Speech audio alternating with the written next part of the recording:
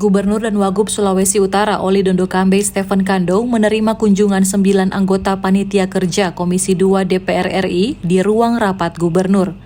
Pertemuan ini terkait pembahasan tentang rancangan undang-undang tentang provinsi.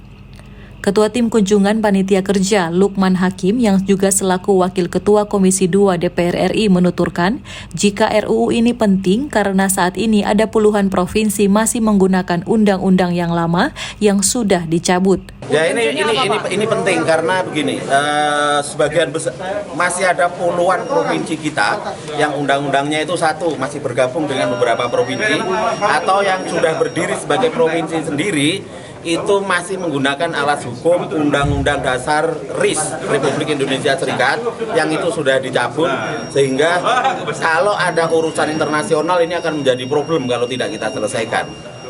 Penataan administrasi ketatanegaraan menjadi penting bagi kita apabila memang kita ingin kedaulatan negara kita ini betul-betul utuh, terutama dalam konteks pergaulan internasional. Itu aja, terima kasih. Pemerintah Provinsi Sulawesi Utara dalam pertemuan ini memberikan sejumlah masukan ke Panitia Kerja RUU Provinsi. Sementara untuk kepentingan Sulut sendiri, Gubernur Oli menuturkan jika RUU ini sangat baik bagi kepentingan Sulawesi Utara. Kita memberikan masukan kepada pimpinan DPR, pimpinan Panja Undang-Undang Provinsi untuk lebih mensinkronkan undang-undang ini agar supaya tidak tumpang tindih, ya, tidak tumpang tindih dengan undang-undang yang lain termasuk undang-undang otonomi yang juga ada rencana undang-undang kepulauan dan lain-lain.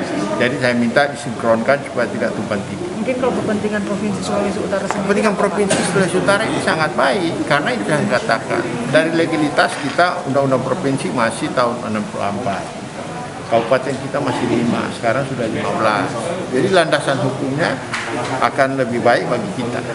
Nah, karena batas wilayahnya akan lebih jelas dan supaya tidak ada perebutan batas wilayah lagi. Ya. Terima kasih Pak. Dalam pertemuan ini turut hadir juga Gubernur Sulawesi Tenggara Ali Mazi, sementara Gubernur Sulsel, Sulteng, dan Gorontalo yang terundang tidak hadir. Paul Bawole melaporkan untuk Kawan Nuwa TV.